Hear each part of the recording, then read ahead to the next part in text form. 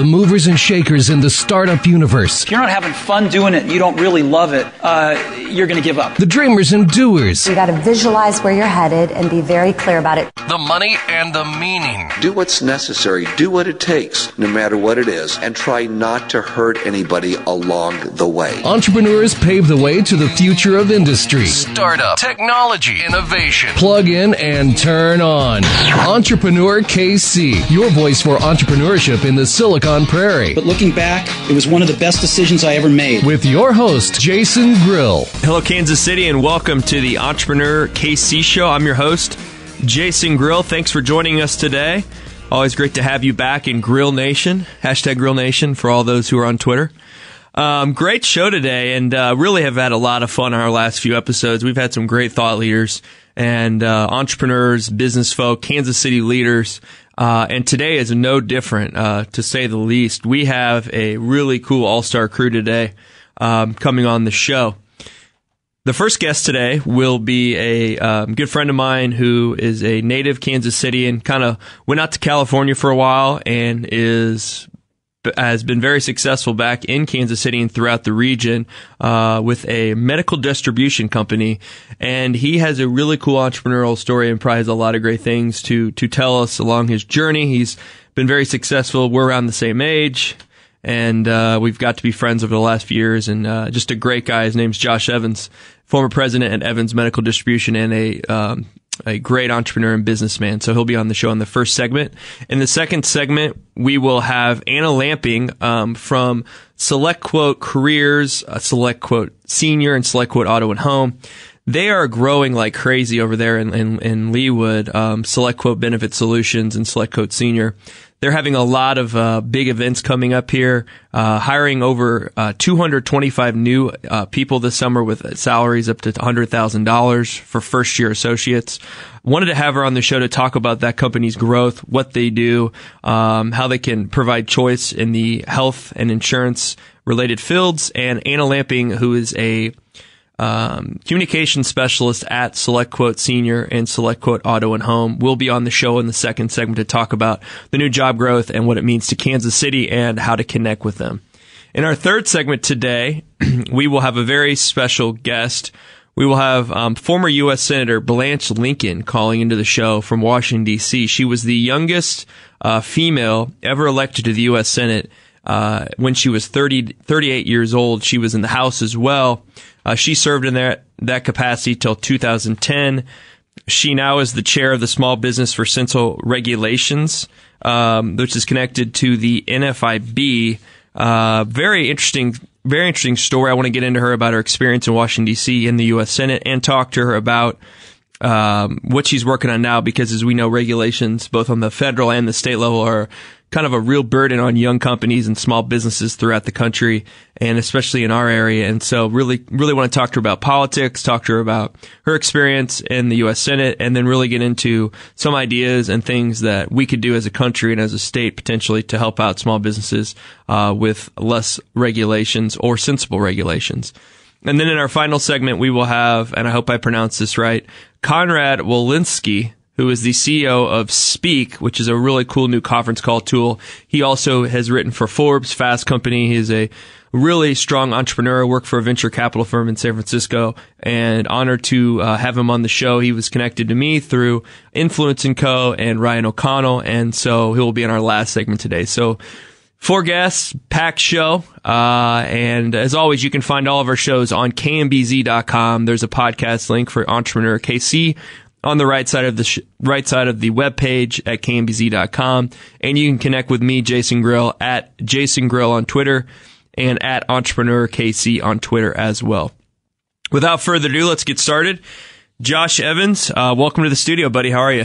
Doing fantastic. Thank you for having me. Get up there close to the mic, Josh. Josh is looking tan. I think he just got back from California a few weeks ago. How are you, man? How's it been out there? You've been traveling? I have seeing been. The world? I have been. You know, I was in California for quite a while, and just getting back to some old stomping grounds. I know, right? I lived out there for about 13 years, and you know, I've been back in town now for 5.5, and it's any opportunity I get to get back out there is fantastic. So you especially in the wintertime, obviously, of course, in the summer too. So you grew up in Kansas City, in the Liberty area, and what's the experience like, kind of coming back and starting your business at the time in Kansas City after you obviously lived in paradise in Southern California? Right. You know, it was quite the transition. I mean, I literally went from working on boats, from a parasail boat in the summertime to a commercial lobster fishing boat in the winters to medical device sales and starting up my own company, which happened pretty quickly. Right. So that's a change. It was a drastic change. I went from, wearing board shorts to work every day, shirt was optional, maybe flip-flops, to, a suit and a tie.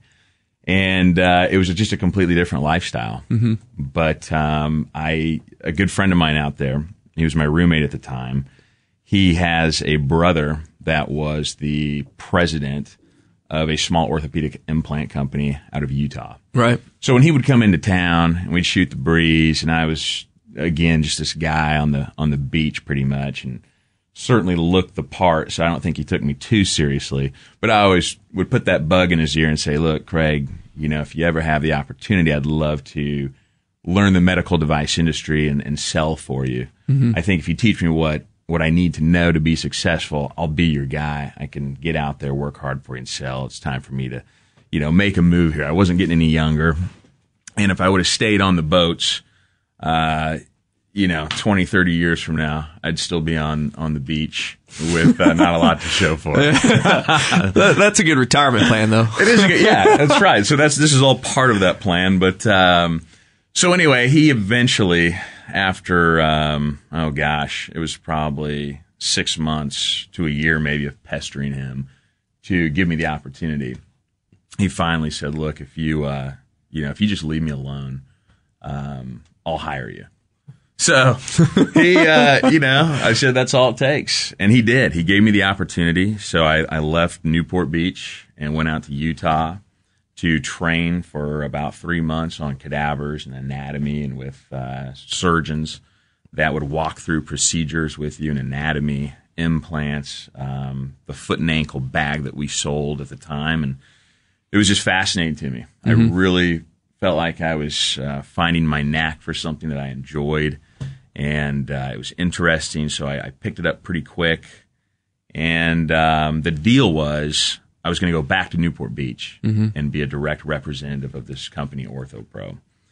And at the end of training, they said, you're from Kansas City. There's a great opportunity back there. There's a huge territory. It's not quite as competitive.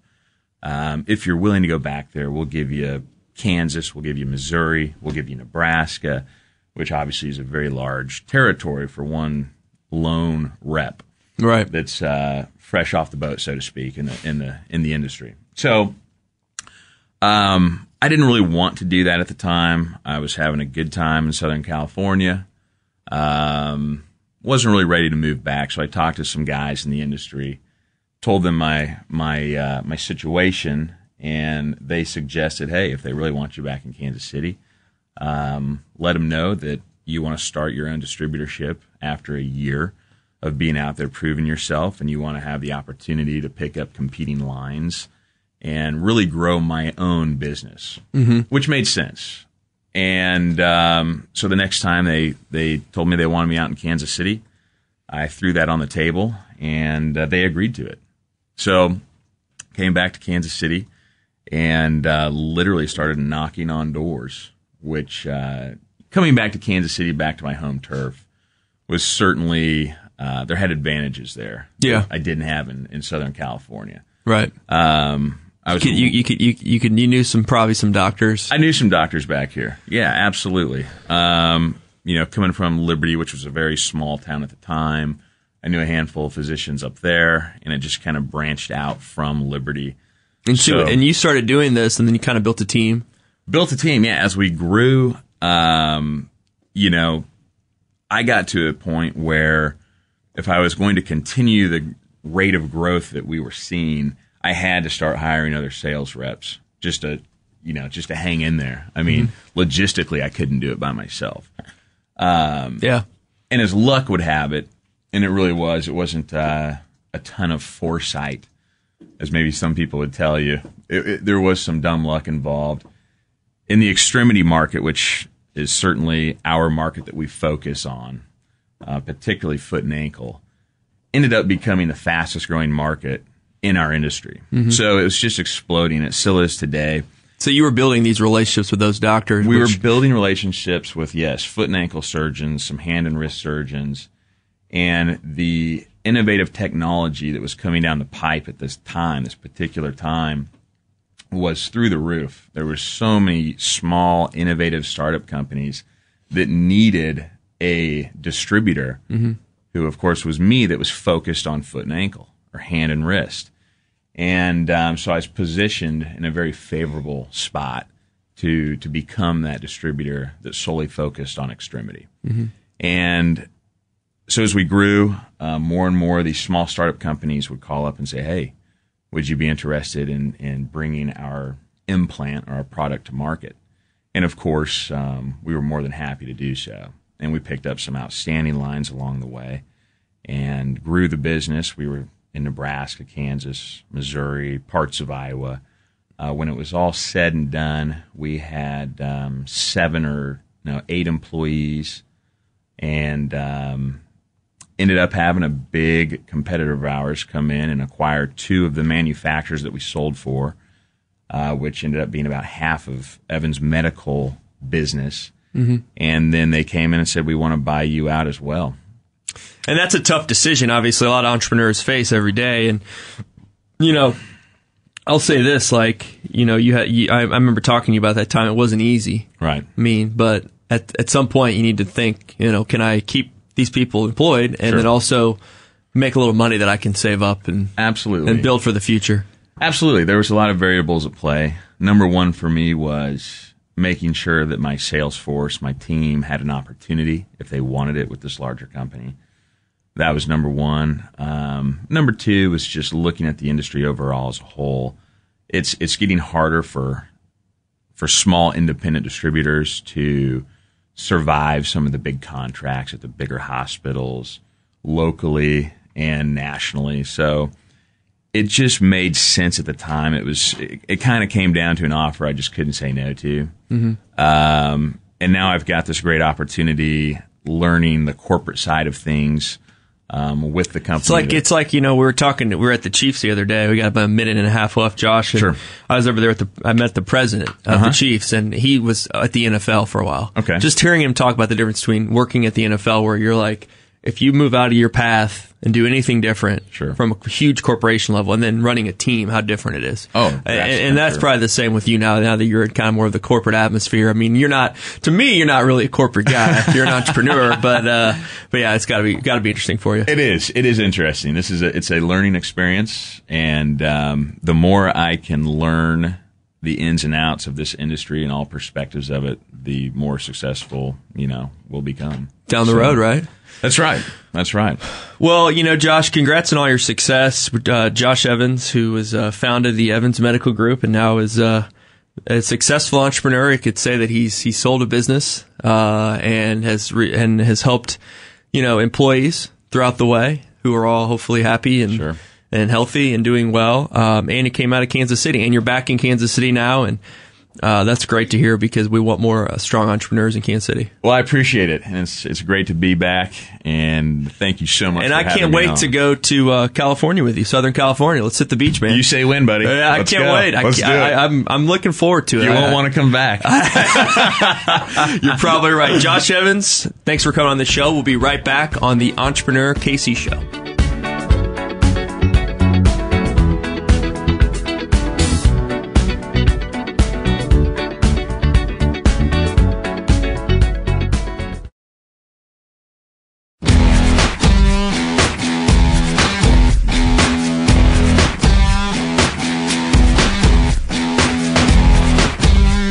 Welcome back to the Entrepreneur KC Show. I'm your host, Jason Grill. Thanks for joining us on the KMBC Business Channel, 1660 AM and online. Excited about our next interview today. We have Anna Lamping in studio, who is a communication specialist at SelectQuote.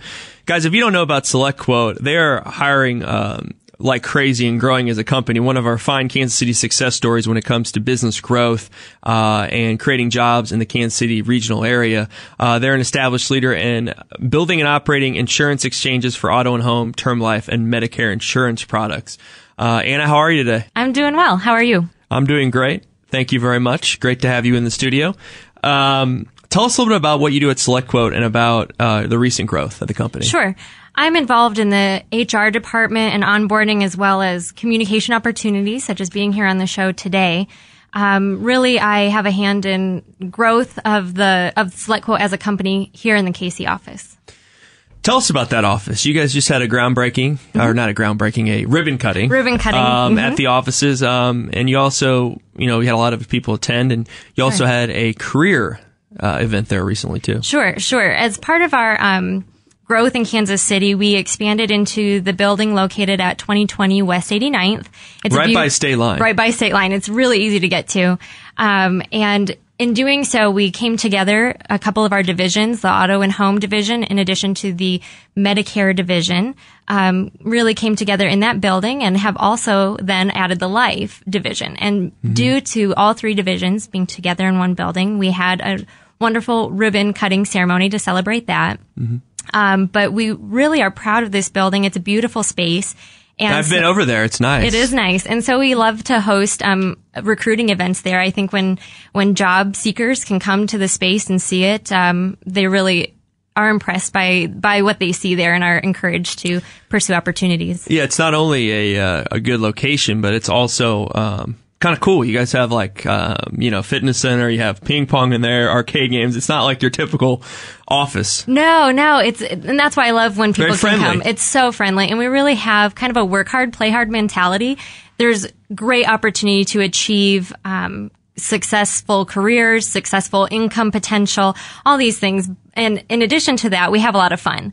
So we work hard, we play hard, we participate in corporate challenge, and do other company building events, and we participate in charitable events too. It's really a good mix and work-life balance. Very cool. Now, in preparation for last year's AEP, and you can explain what that is in a second, SelectQuote hired 140 new individuals, one of the fastest growing companies in Kansas City.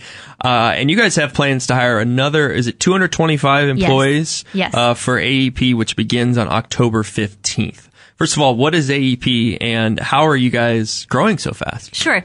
AEP is annual enrollment period, and it's a particular window of time that all people who are on Medicare can shop for new plans, new Medicare health plans and prescription drug plans. Okay. So it's an incredibly busy time for SelectQuote because we're trying to reach as many of those people as we can to help them shop. It's really the ideal opportunity, and really the only opportunity most people have throughout the year to compare prices again and maybe make some changes to what they have. So in light of that busy season, we expand up to accommodate all the customers that we're going to talk to during that time. Last year, like you said, we hired 140. This year, we're aiming for 225 to join us, and to really focus on the Medicare division during the annual enrollment period. And long term, these new hires will also support the other divisions, the life insurance and the auto and home insurance as well. What type of new employees are you looking for? Because I know a lot of business folks, entrepreneurs, people change careers a lot. What type of employee, I guess, is SelectQuote looking for? Who would be a really good person for a job like this? Well, this is kind of very simple to answer and complicated to answer. It's really not one cookie cutter degree or cookie cutter career experience that we're looking for. We've found that people with all sorts of backgrounds and educations can be successful, and that's the beauty of it. So as we recruit, as we hire, we're looking mostly for motivated people, hardworking people to come in and join the team. If you're trainable, if you're hardworking, if you have strong technology skills, those really are the ingredients I would say somebody needs to be successful. Communication too, right? Communication. A lot of communication skills, positive attitude, strong work ethic, you mentioned, because a lot of times, in this job, you're going to have to be communicating, obviously. That's what it is, 100%. And you guys give training after hiring, right? Oh, most definitely. There's really a lot to learn about the basics of Medicare itself. I've learned a lot. I mean, I'll tell you what, just talking to people at SelectQuote, I mean, it isn't as complicated as people think it is, but it's just providing choice, really. Right. And so we provide a training that's going to prepare all of our new hires to have those kinds of conversations and to be able to speak knowledgeably about the products that are available to them, and really be a guide to each consumer in making those Medicare health plan decisions. Let's talk about besides the training, you're going to be trained extensively. Let's talk about the opportunities if you are hired on at SelectQuote. Sure. With potentially to hire 225 new employees. That's just amazing for Kansas City. But talk about kind of the opportunities to grow from both a financial standpoint and I guess, a well-being standpoint too. Sure. The financial opportunity that we have at SelectQuote is just phenomenal and huge at such an early stage. New hires that we brought on last year during the annual enrollment season, just within their first year, have made $75,000, even over $100,000 in their first year. $75,000 to $100,000 in your first year on the job. Yes, it's true. And overall, I think a lot of listeners would like to have that as a first year employee. Oh yeah. But I'm telling you, the key is hard work, and it's there for you. So our top earners can make well over $150,000 annually. Unbelievable. In Kansas City, I mean, that goes a long, long way. It sure does. Especially when you're, what is the age range? I mean, you guys are all over the place? It's such a broad spectrum. Okay. We have kids who have earned this much right out of college. This is really their first career. And we have experienced sales professionals in there as well, just hitting unimaginable heights when it comes to income and earnings.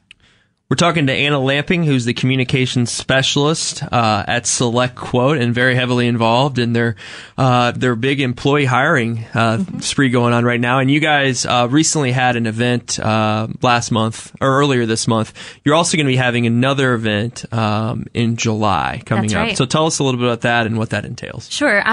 These are our open houses. These are recruiting events that we hold throughout the spring and summer to get ready for the annual enrollment period.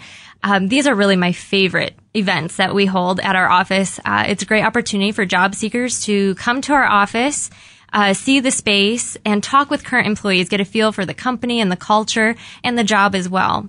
It's also an ideal opportunity to kickstart the application and interview process. So I always encourage people who come to bring a resume and come prepared to interview because you can get that started right on site at those open houses. Now, that's going to be on July 1st. July 1st. And what time is that at? 5:30 p.m. to 8 p.m. at our office in Leawood, 2020 West 89th Street. We're on the second floor. And that is, what day of the week is that? I think it's a Tuesday. Very good. And how do people, we have a minute left, how do people kind of learn more information about this? There's a website I know for SelectQuote, but isn't there a career site too? Right, we do. It's SelectQuoteCareer.com, and that's a great job seeker facing website that has information about the company, about the open house events, and any other job opportunities we have throughout the year. Again, guys, SelectQuote was founded in 1985 and has been an innovative and established leader in building and operating insurance exchanges for auto and home, term life, and Medicare insurance products. Through its insurance exchanges, SelectQuote gives customers a platform of choice when shopping for their insurance needs. Anna Lamping, thanks for coming on the show today. Thank you. Congratulations on the growth of the company. It's very exciting to see Kansas City company creating jobs, being recognized, and it's great for our regional economy. And congratulations to everything you guys are doing over there. Thank you. Thank you for the opportunity. Thank you for coming in. We'll be right back on the Entrepreneur KC Show. Thanks for listening.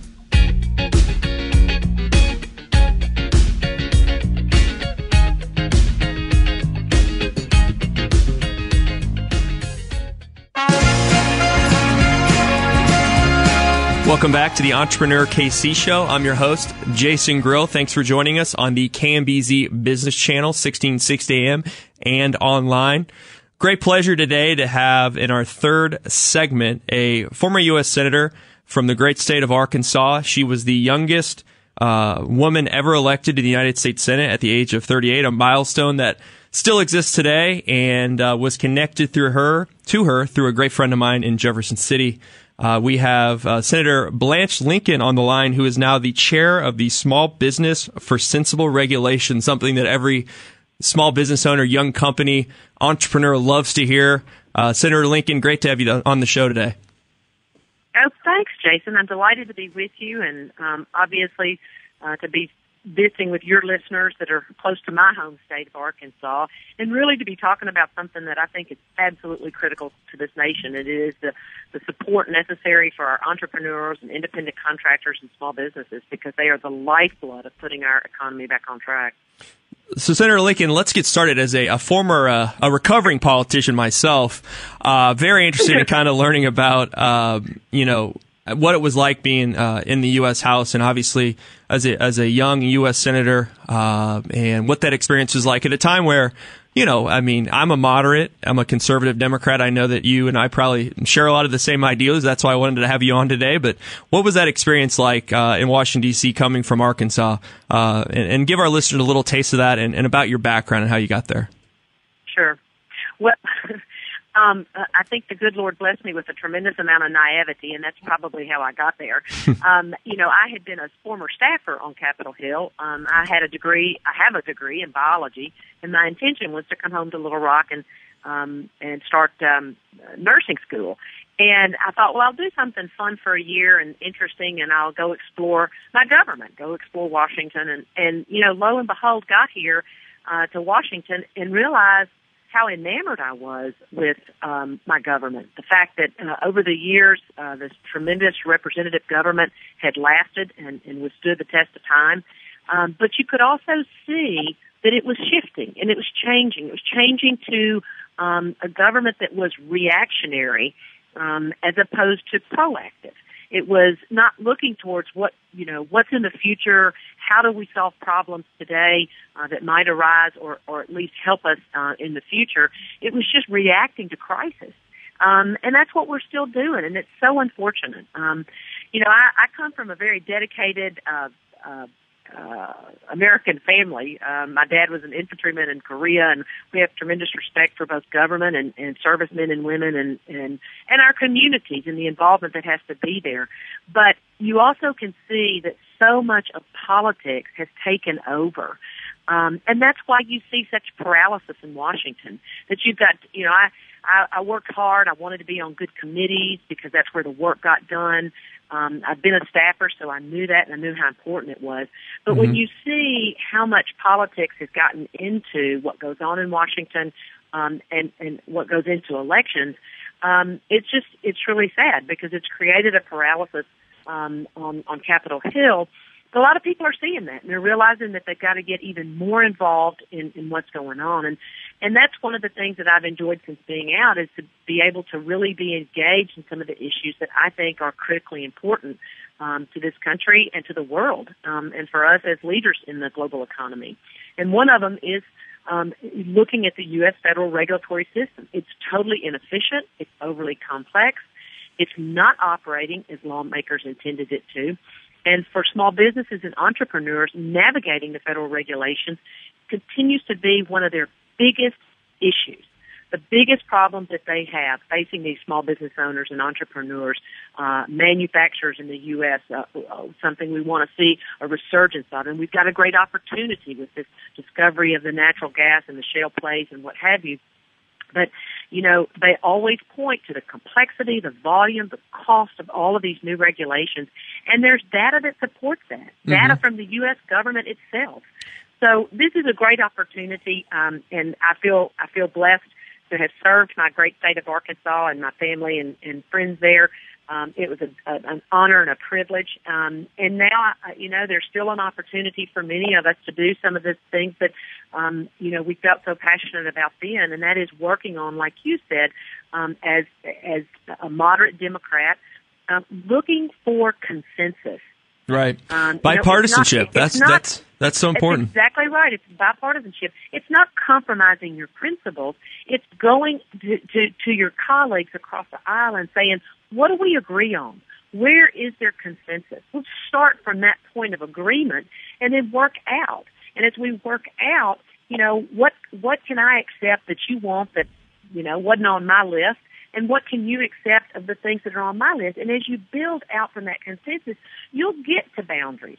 You'll get to something that you think, well, I can't go there. And the other side will say the same thing. But then if you did, you get done what you do have that consensus on, and it moves you that much further down the field towards the goalpost.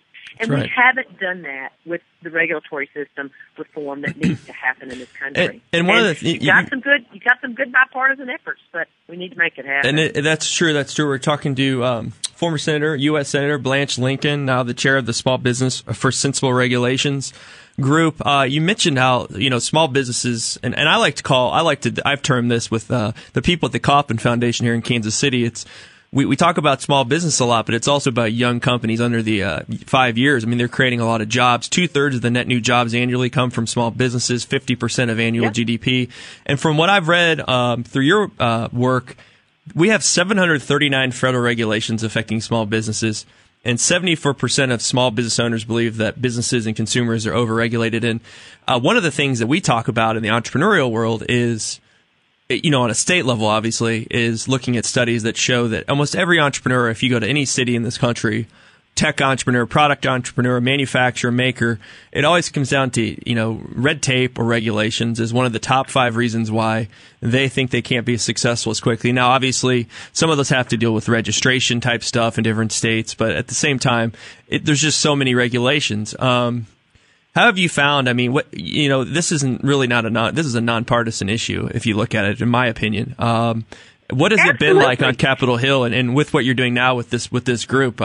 What are the pros and cons? I mean, do you have any? I mean, what are people saying up there on these issues? Because I know in the heartland and across the country, entrepreneurs they want sensible regulations. Well, they do, and one of the things that's critically important, and that's why sensibleregs.org is a great spot for young small businesses, entrepreneurs, and others to go and tell their story is, I was chairman of the Senate Agriculture Committee, and agriculture is not a sensational issue, so it doesn't get a lot of the limelight. And this is a practical issue, so it also doesn't get a lot of the limelight. But it is so important for members of Congress to hear from their constituents, and it's so important for constituents to get their stories out there because they make so much sense. You mentioned that over 50% of people, particularly small businesses, well over 50%, cite this regulatory craziness that's out there is a huge problem for them. But we also polled, and, people need to know and understand, people aren't talking about irrational stuff. I mean, 70% of them say, we don't want to eliminate agencies. We want clean water, clean air, safe working conditions. But there's got to be a better way to get there where we can still be the entrepreneurs that grow jobs and grow this economy. Mm-hmm. I mean, if you look at what's happening, the annual rate of new business starts is about 28% lower today than it was in the 1980s. That shouldn't be the case. And this is not this isn't a Democrat or Republican issue. And if you look at these regulatory problems that have been in the works for decades, they're not just plagued by President Obama's administration, Bush and Clinton. They added regulations at a historic rate. It's a machine here in Washington that continues to get fed. I mean, 800 is the number of regulations or notices added to the Federal Register in just the first 2 weeks of 2014. Unbelievable. Small businesses, it is unbelievable. And these entrepreneurs, these small businesses who are, as you mentioned, the number one producer of net new jobs in this country, not government, not the huge corporate, international corporate businesses based in the U.S., those have kind of flatlined a little bit. It's small businesses. And if we don't empower them, if we don't recognize what it is that they contribute and provide the kind of consensus building that will bring regulations back to where they need to be, more public input at the earliest stages of crafting these regulations, independent analysis of both the benefit and the cost of the regulation. We've got to have a consistent and a transparent process for evaluating scientific and other data, that's the underpinning of these new rules. I mean, we need to know And that science needs to be standard across these agencies so that you're not using one metric in one agency and one metric in another, because a lot of these rules and regulations go through more than one agency. Mm-hmm. And holding these agencies accountable. When I was chairman of the Ag Committee, I had jurisdiction over several of these agencies and several different issues. And we had, members of Congress need to bring these agencies in and hold them accountable for the regulatory, both implementation and drafting that they're doing. And so I think it's to your real question, which is, it's not a real glamorous issue. It's not something that's going to be on the front lines of the papers or what have you. But it is one that is absolutely essential. It's a part of making sure that the wheels are turning and the mechanisms in our economy are working. And it has a huge role to play in putting this economy back on track. Couldn't agree more. And we have about a minute 30 left. Senator Lincoln, sure. One of the things, too, is the indirect costs of the regulations. And also, too, right. Competing entrepreneurs obviously are competing on kind of a global scale. So they have to compete with foreign competitors and whatnot. I mean, that has got to be a big issue as well.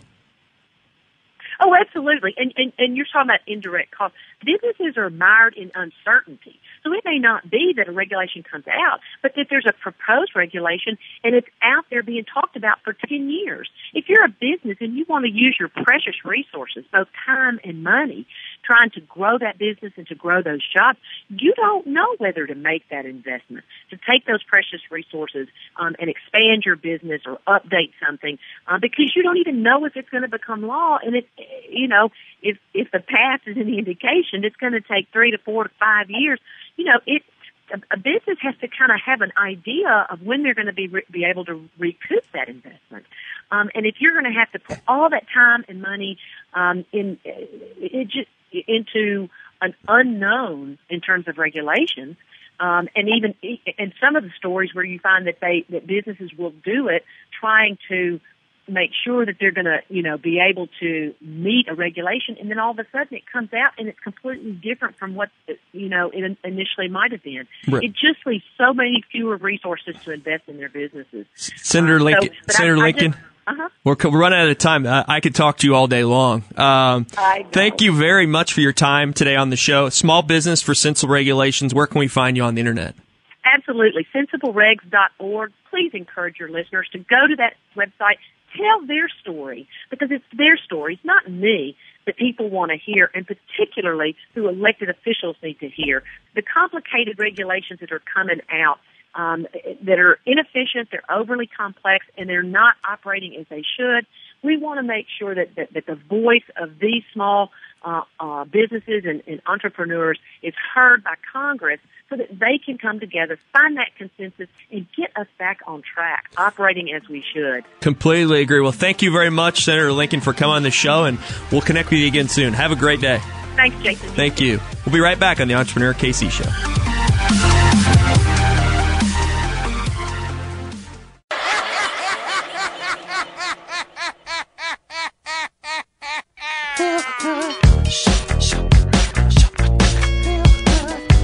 Welcome back to the Entrepreneur KC Show. I'm your host, Jason Grill. Thanks for joining us on the KMBC Business Channel, 1660 AM, and online today on the live stream. Great show so far, man. I have been very blessed to have some A-list guests on the show today. And guys, if you missed any of our earlier shows, you can find them at kmbz.com by checking out the front page of the website and going to the Entrepreneur KC page on the right side of the page. And there's a list, if you click, of all of our shows with all of the great entrepreneurs, business leaders, and thought leaders from Kansas City and the country that we've had on. And again, you can connect with me at Jason Grill on Twitter, and also with the show at Entrepreneur KC. Thanks for following and retweeting and sharing the good wisdom and the good word that comes from the Entrepreneur KC Show. Our final guest today is, we have him on the line from Washington, D.C., a great place that I used to live in and get to once in a while, and great to have him on the show. His name is Konrad Wolszewski. That's a mouthful, but I think I pronounced it right. The Chief Operating Officer at Speak. Free conference calls made simple with Speak. He has a great entrepreneurial story. He's a thought leader in the entrepreneurial space and has a great background as well. So I wanted to have him on the show. And Conrad, thanks for joining us today on the Entrepreneur KC Show. Thanks, Jason. Thanks for having me. I hear about a lot of exciting things happening in the startup space in Kansas City. So excited to chat with you guys. We've been growing with leaps and bounds in Missouri and in the Kansas side as well, and excited to have you on. Let's start really kind of with your background and how you got to where you are today, and then we'll get into your new job as a your current job as the Chief Operating Officer at Speak and what it does. But let's first start off with kind of where you came from and how you got into entrepreneurship. Yeah, absolutely. So I've always been very entrepreneurial. I think it just kind of came from being raised by, as a son of immigrants. It's always been a kind of go figure it out on your own type of mentality. And then, so I started a few companies, and then did some startups in college, and, some were okay, but no real successes and definitely a lot of failures. And I realized, that I really didn't know what I was doing, and I ended up getting a job, in San Francisco doing mergers and acquisitions and venture capital at a technology-focused investment bank, and, had the chance to work with a lot of great companies, both from the hot tech companies to all the VC firms to multinational technology companies. So did that for a while and then branched off and started a consulting firm that did a lot of the same stuff, where we were essentially a outsourced deal team for corporate development groups at companies, private equity funds, corporate finance groups. So we did a lot of acquisitions, a lot of fundraising, a lot of strategic plans and rolling forecasts for CFOs. Built a small team, and realized how hard it was going to be to scale up a people business like a consulting business. So decided to ended up just scaling it back a little bit to a few key clients, and then just went and traveled the world for about a year, and I just traveled all over Europe, the Middle East, Africa, Central America, and worked remotely on all my clients and all my projects, and volunteered at local startups and incubators in almost every place I went. And so it was really fascinating just to see how entrepreneurship was changing and how technology was changing all over the developing world.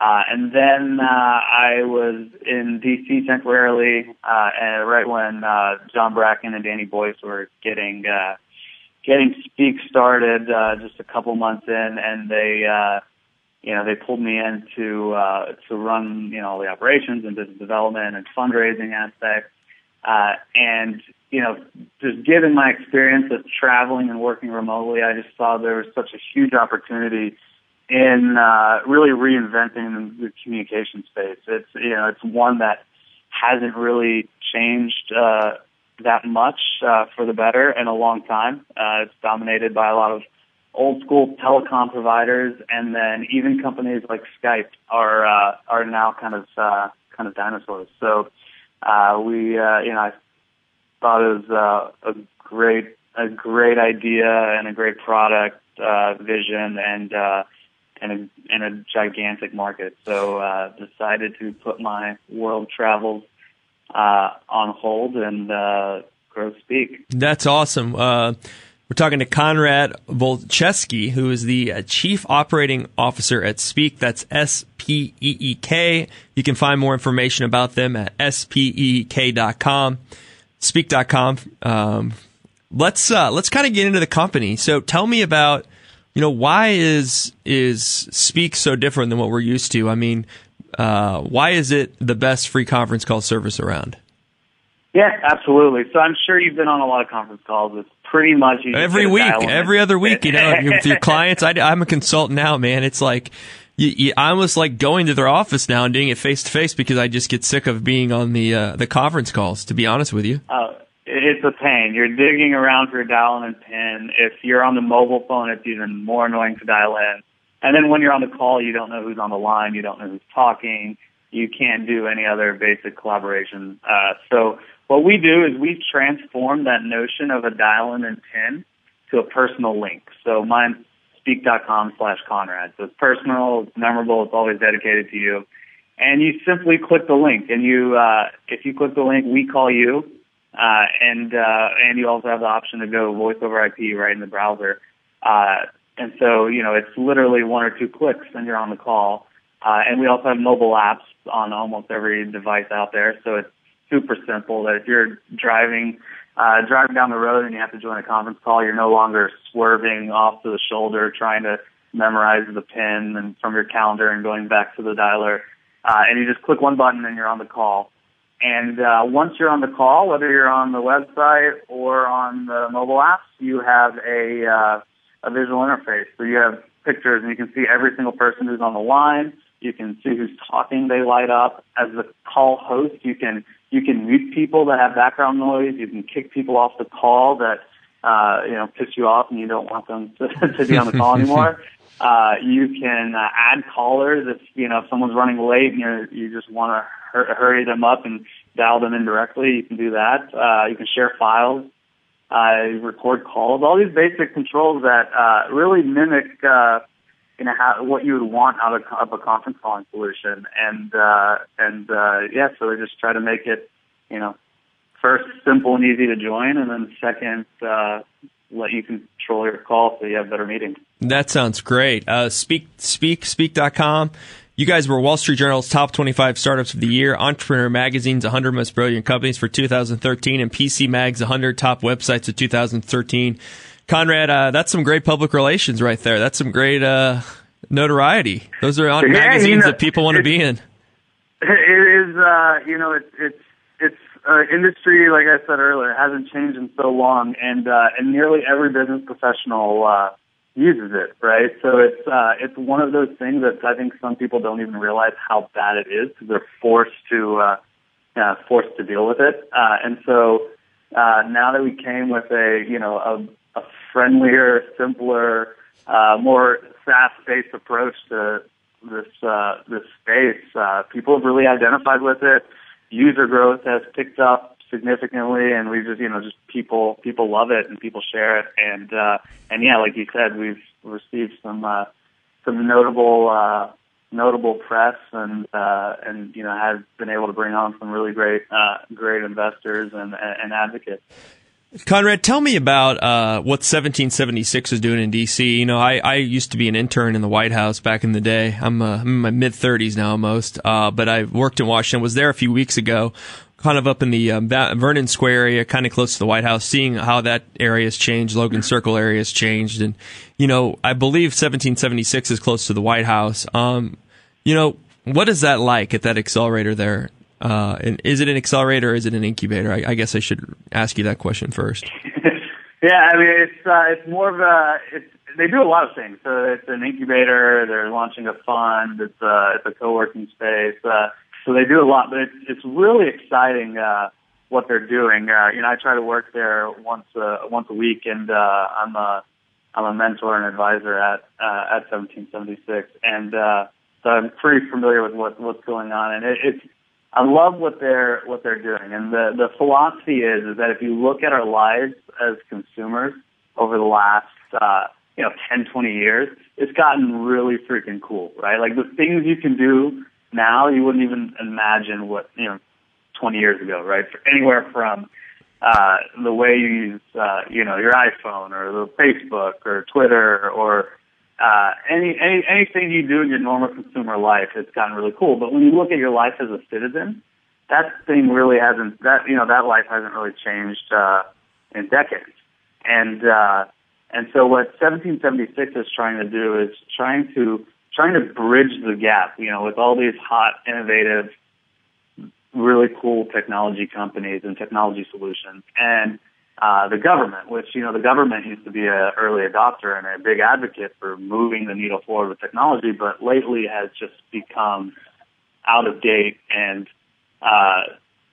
way behind the game. So they're trying to take the policymakers and take the decision makers, and really connect them with, more modern technology and help the technology companies that are there sell into the government or,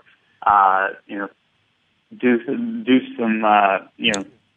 provide a taste services. Of yeah, that's something they definitely need. Very interesting. I always hear about that, and I'm excited to see that happening. We got about 2 minutes left.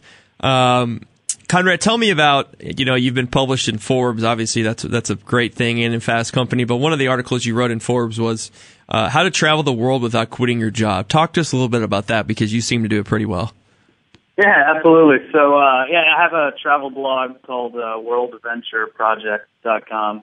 And, that's one of the biggest areas that I see is that people travel when they are, in college, or they're just backpacking and, they have no responsibilities, or they wait to travel when they are retired and, the best years of their life are already over.